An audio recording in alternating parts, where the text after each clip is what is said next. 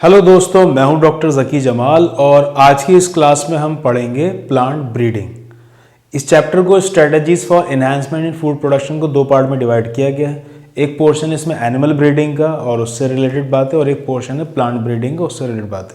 आज हम plant breeding की बातें करते हैं। तो पहला सवाल ये बनता है कि प्लांट ब्रीडिंग होता क्या है। तो प्लांट ब्रीडिंग की डेफिनेशन एनसीईआरटी में दी हुई है कि the purposeful manipulation of plant species, the purposeful manipulation of plant species in order to create a desired plant type that is better suited for cultivation, gives higher yield and is disease resistant। मैं लिखकर बताता हूं।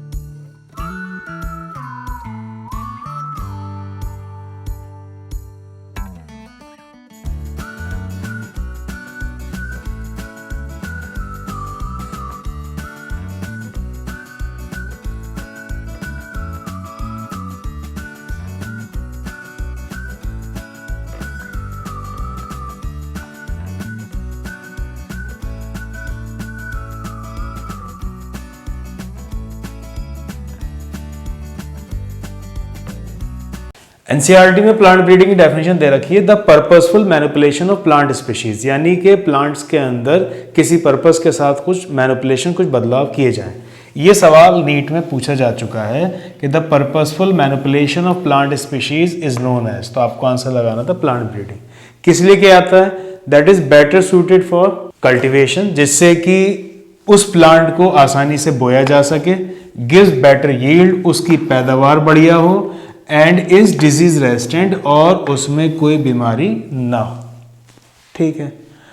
Plant breeding दो प्रकार की होती है, एक तो कहलाता है कन्वेंशनल प्लांट ब्रीडिंग और दूसरा कहलाता है म्यूटेशन ब्रीडिंग। जाहिर सी बात है, म्यूटेशन एक लेटेस्ट कंसेप्ट है, तो जमाने पहले से जो प्लांट ब्रीडिंग हो रही होगी वो कन्वेंशनल प्लांट ब्रीडिंग ही हो रही होगी। मैं लिखकर बताता हूँ कि प्लांट ब्रीडिंग भी दो प्रकार की होती है। एक कहलाता है conventional plant breeding, conventional plant breeding. इस कन्वेंशनल प्लांट ब्रीडिंग को क्लासिकल ब्रीडिंग टेक्निक भी बोला जाता है। क्लासिकल ब्रीडिंग टेक्निक भी बोला जाता है।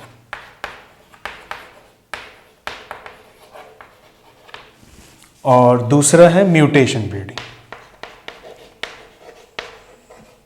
Mutation breeding. एनसीईआरटी में ऐसे लिखा हुआ है कि क्लासिकल प्लांट ब्रीडिंग हजारों साल से हो रही है, लेकिन आगे फिर ये लिखा हुआ है कि रिकॉर्डेड एविडेंसेस प्लांट ब्रीडिंग के पाए जाते हैं 9000 से 11000 साल पहले के। यानी कहने का मतलब ये हुआ कि एनसीईआरटी से एक सवाल बन सकता है कि कन्वेंशनल प्लांट ब्रीडिंग के रिकॉर्डेड एविडेंसेस कब के मिलते हैं, यानी कि ये बात लिखित में कब से मिलती है कि प्लांट ब्रीडिंग कब से हो रही है। तो recorded evidences for conventional plant breeding पाए जाते हैं 9000 से 11000 साल पहले के, यानी कि 9000 से 11000 साल पहले कन्वेंशनल प्लांट ब्रीडिंग स्टार्ट हो चुकी थी। अब अगला सवाल ये बनता है कि कन्वेंशनल प्लांट ब्रीडिंग से मतलब क्या है। कन्वेंशनल प्लांट ब्रीडिंग से सिंपल सा मतलब ये है कि दो प्योर प्लांट को लिया जाता है, उन दोनों को क्रॉस कराया जाता है, यानी कि हाइब्रिडाइजेशन किया जाएगा, और फिर उनसे जो नए प्लांट्स पैदा होंगे उनमें उस प्लांट को सिलेक्ट कर लिया जाएगा जिसमें कि इन दोनों प्लांट्स के कैरेक्टर पाए जाएंगे। जैसे सपोज आपने एक ऐसा प्लांट लिया जिसके अंदर प्रोटीन क्वालिटी बहुत बढ़िया है, और आपने एक ऐसा प्लांट लिया जो कि डिजीज रेजिस्टेंट है।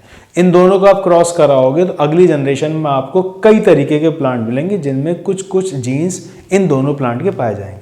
एक ऐसा प्लांट उन तमाम प्लांट में जिसमें कि दोनों ही प्लांट के कैरेक्टरिस्टिक्स पाई जाएंगी, यानी उसकी प्रोटीन क्वालिटी बढ़िया हो, वो डिजीज रेजिस्टेंट भी हो, ऐसे प्लांट को आप सिलेक्ट करो क्योंकि आप ऐसे हाइब्रिड बनाना चाह रहे थे। तो ये मेथड कहलाता है कन्वेंशनल प्लांट ब्रीडिंग या क्लासिकल प्लांट ब्रीडिंग। तो कन्वेंशनल प्लांट ब्रीडिंग का इसका मतलब ये हुआ कि आप दो प्लांट्स के बीच में क्रॉस कराओगे, यानी कि इसमें कराया जाता है हाइब्रिडाइजेशन। हाइब्रिडाइजेशन, और इसके बाद फिर आप उसमें से, इनकी प्रोजेनी में से वो प्लांट सेलेक्ट कर लेते हो जिसके अंदर दोनों के कैरेक्टर्स पाए जाते हैं, यानी फिर आप उनमें से किसी एक बेहतर प्लांट को सिलेक्ट कर लेते हैं। इसे आप सिलेक्शन या आर्टिफिशियल सिलेक्शन भी कह सकते हैं। इसलिए ये सवाल कंपटीशन में बहुत बार पूछा गया है, ये सवाल कंपटीशन में बहुत बार पूछा गया है कि कन्वेंशनल प्लांट ब्रीडिंग या क्लासिकल ब्रीडिंग टेक्निक का बेसिक कॉन्सेप्ट क्या है, किस तरीके से किया था। आपको आंसर लगाना होता है हाइब्रिडाइजेशन एंड सिलेक्शन। ठीक है। दूसरा जो म्यूटेशन ब्रीडिंग है, जाहिर है इसमें तो म्यूटेशन कराया जाता है। म्यूटेशन कराया जाता है कोबाल्ट 60 की मदद से। किससे? कोबाल्ट 60 की मदद से। कोबाल्ट 60 से निकलती हैं गामा रेज, और इन गामा रेज के जरिए म्यूटेशंस कराए जाते हैं। कोई अगर एक ऐसा सक्सेसफुल म्यूटेशन हो जाए कि प्लांट के अंदर कुछ चीज़ों के लिए रेजिस्टेंस डेवलप हो जाए, तो वो एक नया प्लांट बन के तैयार हो गया। इधर इन दोनों में बेसिक डिफरेंस ये है कि जो कन्वेंशनल ब्रीडिंग टेक्निक है बहुत लंबा प्रोसीजर है, बहुत पुराना, बहुत लंबा प्रोसीजर है। ये जो म्यूटेशन ब्रीडिंग है ये बहुत जल्दी रिजल्ट देता है। तो एक सवाल कॉम्पिटिशन में ये भी पूछा गया है, quickest method for plant breeding, बहुत जल्दी रिजल्ट जिससे आते हैं, quickest method of plant breeding. अगर ये सवाल पूछा जाता है तो आपको आंसर लगाना होगा mutation breeding, quickest method of plant breeding. ठीक है। आगे एनसीईआरटी में ये दे रखा है कि प्लांट ब्रीडिंग कराई क्यों जाती है, मतलब कि वो कौन कौन से ट्राइट्स या कैरेक्टरिस्टिक्स हैं जिनको इनकॉर्पोरेट करने की कोशिश की जाती है एक नए क्रॉप प्लांट के अंदर। तो वो ट्राइट्स कुछ इस प्रकार है: इंक्रीज्ड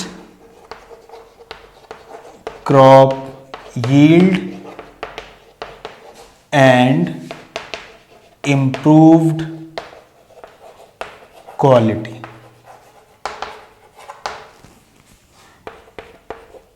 Increased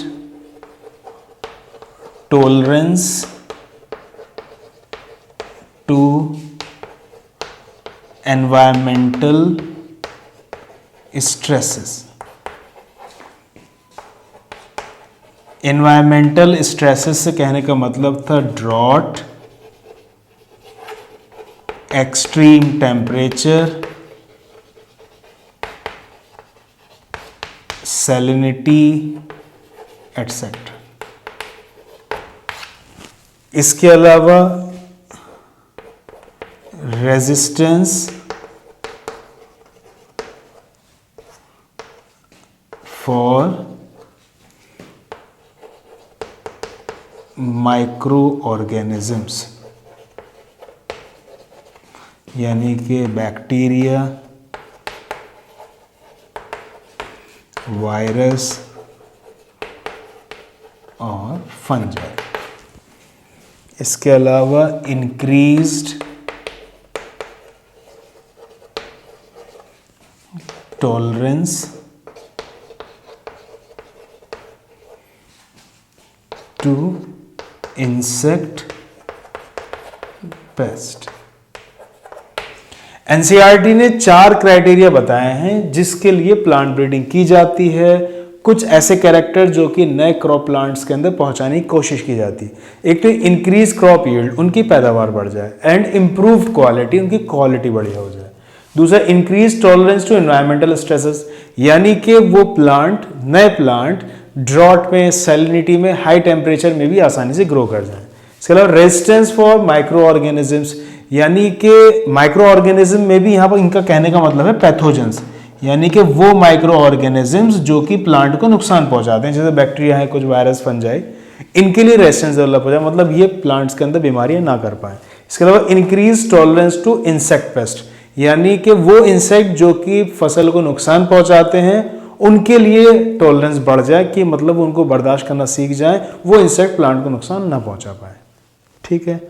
इन दोनों ब्रीडिंग टेक्निक में एनसीईआरटी ने थोड़ा डिटेल में समझाया है कन्वेंशनल प्लांट ब्रीडिंग को, और उसके स्टेप्स बताएं कि किस तरीके से किया जाता है। मैं उन स्टेप्स को लिख देता हूं, फिर 1 बाय 1 बताता हूं इनसे क्या सवाल पूछा गया।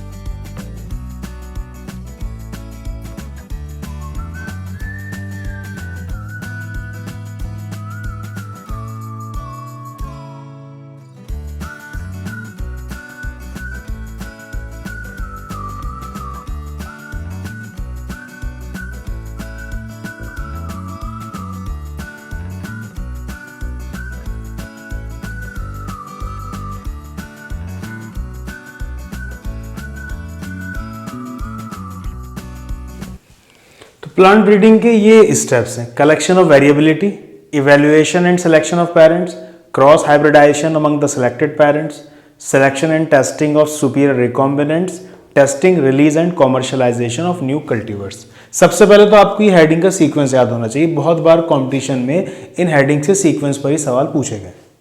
दूसरी बात आपको याद ही होना चाहिए, कलेक्शन ऑफ वेरिएबिलिटी से यहां मतलब है जर्मप्लाज्म कलेक्शन। जर्मप्लाज्म कलेक्शन कहने से मतलब यह है कि अब बहुत बढ़िया प्लांट ब्रीडिंग तो तभी हो सकती है जबकि आपके पास वैरायटी हो, डिफरेंट जीन्स की और उनके एलील्स की। तो डिफरेंट क्रॉप्स को प्लांट्स की शक्ल में या सीड्स की शक्ल में इकट्ठा कर लिया जाता है। तो जितने भी जीन्स या एलील्स जो कि इकट्ठे किए जाते हैं प्लांट्स या सीड की शक्ल में, वो कहलाता है जर्मप्लाज्म कलेक्शन। जितना बढ़िया जर्मप्लाज्म कलेक्शन होगा उतनी बढ़िया प्लांट ब्रीडिंग हो सकती है, क्योंकि आपके पास चॉइस होगी प्लांट सेलेक्ट करने की। दूसरा, इवैल्यूएशन सिलेक्शन ऑफ पेरेंट। इसमें किया ही जाता है, यानी सबसे पहले तो आप जर्मप्लाज्म कलेक्शन इकट्ठा करो, डिफरेंट वैरायटीज प्लांट और सीड की इकट्ठी करो, उसमें से फिर आप 2 प्लांट सेलेक्ट करो, यानी आपको ब्रीडिंग किस किस के बीच में करानी है। तो सपोज आपने सोचा कि मुझे एक ऐसा प्लांट लेना है जिसकी प्रोटीन क्वालिटी बढ़िया हो और एक ऐसा प्लांट लेना है जो कि डिजीज रेजिस्टेंट हो, ठीक है। अब उसमें किया ही जाएगा कि इवैल्यूएशन सिलेक्शन ऑफ पेरेंट्स कहने से मतलब ये होगा कि उन दोनों ही प्लांट के सीड ले लिए जाएंगे। पहले सिलेक्शन किया था सीड का, और उन सीड के जरिए उन प्लांट्स को कई जनरेशन तक लगातार सेल्फ पॉलिनेशन ग्रो कराया जाएगा, ताकि उन दोनों ही प्लांट की प्योर लाइन मिल जाए, प्योर लाइन मिल जाए। फिर उन प्योर लाइन वाले प्लांट को क्रॉस कराया जाएगा, हाइब्रिडाइजेशन कराया जाएगा, यानी cross hybridisation among the selected parents. ये जो क्रॉस हाइब्रिडाइजेशन है एनसीईआरटी में लिखा हुआ, ये सबसे लॉन्ग, सबसे टेडियस प्रोसेस है, यानी सबसे बोरिंग प्रोसेस है। क्योंकि ऐसा नहीं होता कि आपने 2 प्लांट को क्रॉस कराया और आपको एक नया प्लांट मिल जाएगा जिसके अंदर दोनों प्लांट्स के कैरेक्टर्स मौजूद हों। कई 100 से लेके कई हजार क्रॉसिंग कराने के बाद कोई एक ऐसा प्लांट मिलता है जिसके अंदर दोनों ही प्लांट के डिजायर्ड कैरेक्टर्स मौजूद होते हैं। अब अगर ऐसा एक नया प्लांट बन जाता है, आप ऐसा एक प्लांट सिलेक्ट कर लेते हैं जिसके अंदर दोनों प्लांट के कैरेक्टर्स पाए जा रहे हैं, उसके बाद उसका सिलेक्शन करने के बाद टेस्टिंग और सुपर रिकॉम्बिनेंट किया जाता है। यानी यहाँ कहने का मतलब यह है कि उस नए प्लांट के अंदर फिर लगातार सेल्फ पॉलिनेशन कराया जाएगा, जिससे कि जीन सेग्रीगेट ना हो, उसके वो होमोजाइगोसिटी डेवलप हो। जब एक नया रिकॉम्बिनेंट, एक हाइब्रिड प्लांट बन जाता है, उसके बाद फिर किया जाता है testing, release and commercialisation of new cultivars, यानी कि आप उस नए प्लांट को रिसर्च फील्ड के अंदर ग्रो कराओगे, आइडियल उसे फर्टिलाइजर दोगे, आइडियल इरिगेशन फैसिलिटी यानी पानी दोगे। अब जब वो वहां पर सर्वाइव कर जाएगा, उसके बाद उसको कंट्री में 3 अलग अलग जगह पर उसके ग्रोइंग सीजन में, यानी जैसे सपोज मई जून में ग्रो करता है प्लांट, तो उसके ग्रोइंग सीजन में कंट्री में, देश में अलग अलग जगह पर ग्रो करा के देखोगे कि वो अलग अलग एग्रो क्लाइमेटिक कंडीशन में ग्रो कर पा रहा है या नहीं। अगर वो ये सब कर पा रहा है तो मुबारक, एक नया प्लांट आप तैयार कर चुके हैं।